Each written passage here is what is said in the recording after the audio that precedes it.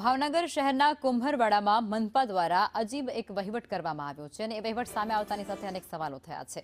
મનપાએ RCC road તોડી અને ફરી બનાવવાની કામગીરીથી વિવાદ સર્જાયો છે। મનપાના આયોજનના અભાવે પ્રજાના ટેક્સના પૈસાનો વેડફાટ થઈ રહ્યો હોવાનો સ્થાનિકો દ્વારા આક્ષેપ કરવામાં આવ્યા છે।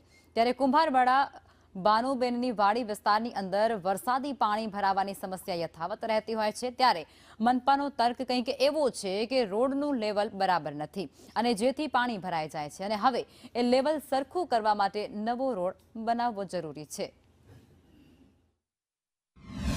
ભારતીય જનતા પાર્ટીના કાર્યકરોને કોન્ટ્રાક્ટરની પૈસા કમાવાની મોસમ ખીલી હોય। આખા ભાવનગરમાં રોડ રસ્તા ખોદી નાખ્યા, સારા રોડ ખોદી નાખ્યા છે। અને ખાસ કરીને બાનુબેનની વાડી કુંભારવાડા એકદમ પછાત વિસ્તાર, એક તો વર્ષો પછી આરસીસી રોડ થયો હોય, ખૂબ સારો રોડ છે, એને તમે તોડી નાખ્યો। આપણે અધિકારીને પૂછીએ કે હવે આની વેલિડિટી પૂરી થઈ ગઈ। અરે ભાઈ, રોડ સારો છે અને તમે વેલિડિટી પૂરી થઈ।